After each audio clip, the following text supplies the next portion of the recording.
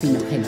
Un grupo de señores hace sus negocios en tu país, se vuelve millonario, contraen deudas entre ellos, pide préstamos a entidades financieras para ganar más del business que tiene, y cuando llega una crisis gorda, sus amigos poderosos deciden que la deuda que tienen esos señores entre ellos y con las entidades bancarias la vas a pagar tú.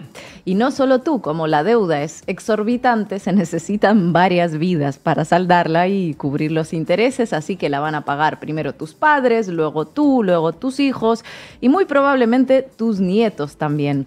El número de generaciones ya depende de cómo se arreglen ustedes en su economía familiar, si se esfuerzan lo suficiente, quizá la deuda no llega a sus bisnietos.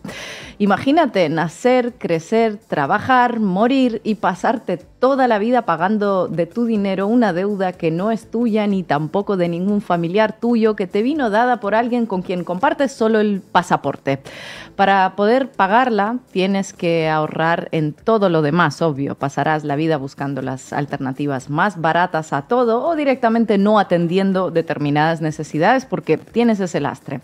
Bueno, esto es una simplificación extrema de la situación a la que el neoliberalismo despiadado condenó en los años 90 a todos los mexicanos.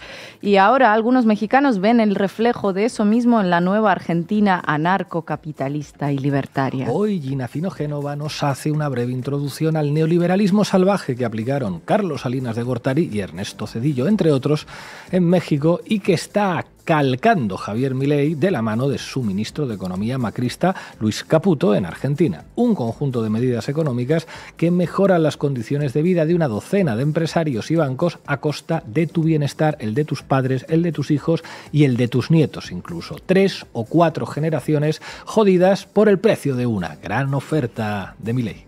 Gran oferta, efectivamente. Hoy hablaremos de lo que internacionalmente se conoce como el efecto tequila. En México se consideró un modesto error de diciembre, de la estafa de la Fobaproa y de qué tiene que ver todo eso con Luis Caputo y su reciente invento denominado Bopreal. Fobaproa es el acrónimo de Fondo Bancario de Protección al Ahorro, pero para los mexicanos significa mucho más. Es la soga que les pusieron sus gobernantes al cuello a mediados de los años 90 y que llevarán, según cálculos recientes, hasta al menos 2070, como para que nos quejemos los pobres mortales de nuestras hipotecas de 30 y 40 años. Ese Fondo de Protección de los Bancos se creó en 1990 durante el gobierno de Carlos Salinas de Gortari. La idea fue muy simple, crear una suerte de hucha que se nutriría de los aportes de contribuyentes mexicanos y que se usaría en caso de crisis para rescatar a bancos y de esa manera pues proteger los ahorros de los clientes de esos bancos, de los inversores, claro.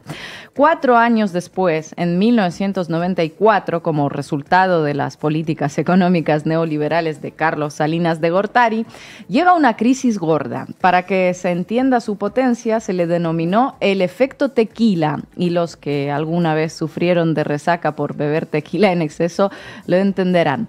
Básicamente, el efecto se produjo luego de haber abierto México a las inversiones extranjeras para generar crecimiento, luego de haber fijado toda la economía al dólar y haber emitido lo que se llamaba tesobonos, bonos de deuda interna que cotizaban en dólares pero que se pagaban en pesos. Un negocio redondo. En Argentina todo esto suena de algo, ¿verdad? Entregar bonos en dólares que luego te los devuelven en pesos que se devalúan a la velocidad de la luz.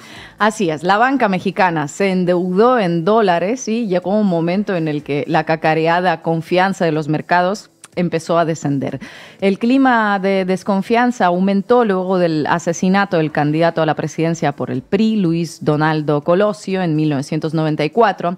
Los inversores empezaron a salir de México junto con sus capitales en dólares y generando una falta de liquidez y de reservas internacionales que iba a suplir. ¿Quién?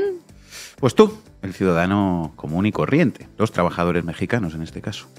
Primero, se endeudaron también con el FMI, luego Estados Unidos mejoró las tasas de interés provocando mayor fuga de capitales de México, así que el peso mexicano se devaluó un 300%, la inflación se disparó y ahí es cuando al nuevo presidente priista, Ernesto Zedillo, se le ocurre cómo devolverles la solvencia a los bancos. Y aquí es donde empieza el periplo del uso del dinero del Fobaproa, ¿no? Efectivamente, el 12 de diciembre los legisladores del PRI y el PAN votan a favor de rescatar a los bancos y empresas privadas con dinero público del FOBAPROA, con muchísimo dinero público, de hecho. En los siguientes 4 años, el FOBAPROA absorbió la deuda de los bancos privados, que en 1999 constituyó el 11% de la economía de todo México. Llegó a 552,000 millones de pesos. En los años posteriores siguió creciendo porque, claro, los bancos y empresas privadas se cobraron con dinero público las deudas que se contrajeron entre ellos y posteriormente fueron a la bancarrota. Los intereses, las comisiones y su propia deuda se quedaron para que lo pagaran los demás.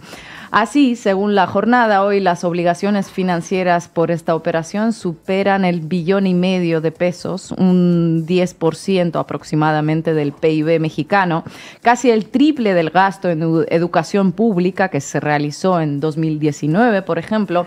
Dice el periódico que 1 de cada 3 pesos que debe el sector público es por asumir esas deudas. Se calcula que todos los mexicanos, como ya he dicho, tendrán que pagar el lastre del FOBAPROA hasta como mínimo el año 2070. ¿Y los responsables de esta gestión, qué tal están? El expresidente Ernesto Zedillo, viviendo en Estados Unidos y dando clases de democracia y libertad a los gobiernos latinoamericanos, sentado en la misma mesa con José María Aznar, Sergio Moro y Felipe Calderón, impartiendo lecciones a gobiernos populistas y diciendo que las de AMLO son recetas del pasado. Por su parte, el expresidente Felipe Calderón, que juraba y perjuraba en los 90 que votaría en contra de ese rescate y que terminó votando a favor, tranquilo viviendo en España. Carlos Salinas de Gortari, cuyos shots económicos causaron el efecto tequila, es ciudadano español desde 2022. Bueno, ahora escuchen cómo recuerda Andrés Manuel López Obrador los momentos en los que se debatía la aprobación de ese rescate.